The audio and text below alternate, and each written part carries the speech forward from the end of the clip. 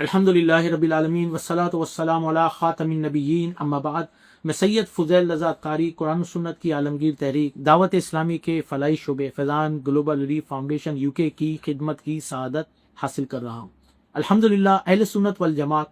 اس حقیقت سے بخوبی آگاہ ہے، واقف ہے کہ ہمارا عقیدہ ختم نبوت پر ہمیشہ سے دو ٹوک موقف رہا ہے، لہٰذا میں اپنے عقیدہ اور ایمان کا کھل کر اعلان کرتا ہوں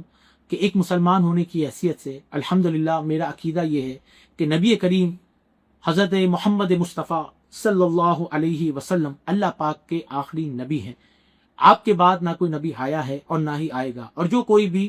آپ صلی اللہ علیہ وسلم کے بعد نبوت کا دعویٰ کرے، میرا اس سے اور اس کے کسی بھی پیروکار سے کوئی تعلق نہیں۔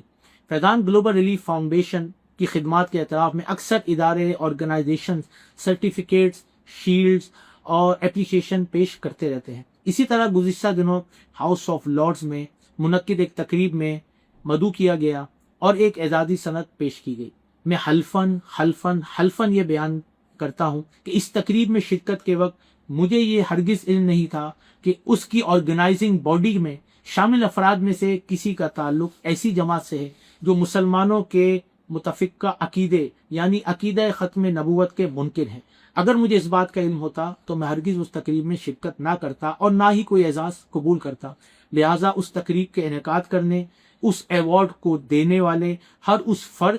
اور ادارے سے میں بیزاری اور برات کا اظہار کرتا ہوں جس کا تعلق منکرین ختم نبوت کے گروہ سے ہے، بالخصوص اس تقریب اور بالعموم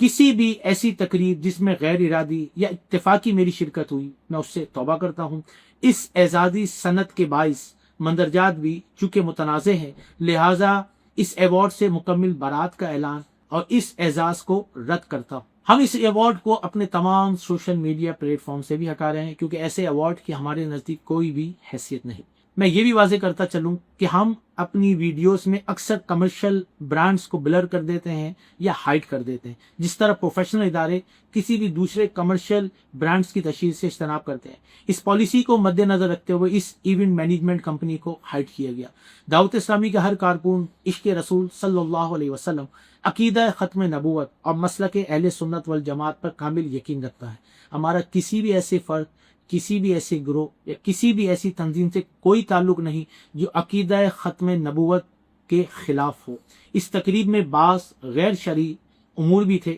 جن کا شرکت سے پہلے ہمیں قطعاً علم نہیں تھا، اس لیے علماء اور مفتیان کرام کی